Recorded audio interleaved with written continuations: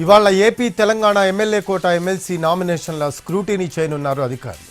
ఈ నెల 13 వరకు నామినేషన్ల ఉపసంహరణకు గడువు ముగుస్తుంది. అదే రోజు అధికారికంగా ఏకగ్రీవంగా ఎన్నికైన వారి ప్రకటన ఉంటుంది. ఏపీలో 5, తెలంగాణలో 5 స్థానాలకు నామినేషన్లు దాఖలయ్యాయి.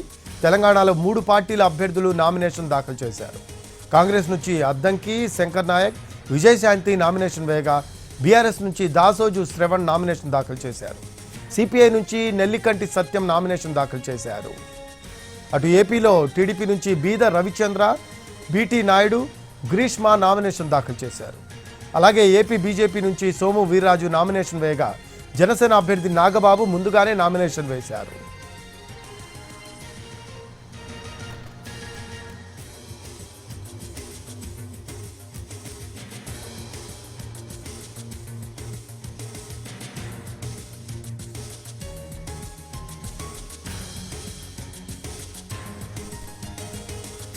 ఇవాళ ఏపీ తెలంగాణ ఎమ్మెల్యే కోట ఎమ్మెల్సీ నామినేషన్ల స్క్రూటీనీ చేయనున్నారు అధికారులు.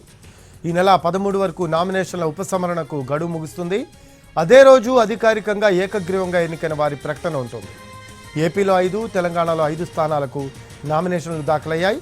తెలంగాణలో 3 పార్టీల అభ్యర్థులు నామినేషన్ దాఖలు చేయగా కాంగ్రెస్ నుంచి అద్దంకి, శంకర్ నాయక్, విజయశాంతి నామినేషన్ వేయగా బీఆర్ఎస్ నుంచి దాసోజు శ్రవణ్ నామినేషన్ దాఖలు చేశారు. సిపిఐ నుంచి నెల్లికంటి సత్యం నామినేషన్ దాఖలు చేశారు. అలాగే ఏపీలో టీడీపీ నుంచి బీద రవిచంద్ర, బీటీ నాయుడు, గ్రీష్మ నామినేషన్ దాఖలు చేశారు. ఏపీ బీజేపీ నుంచి సోము వీర్రాజు నామినేషన్ వేయగా జనసేన అభ్యర్థి నాగబాబు ముందుగానే నామినేషన్ వేశారు.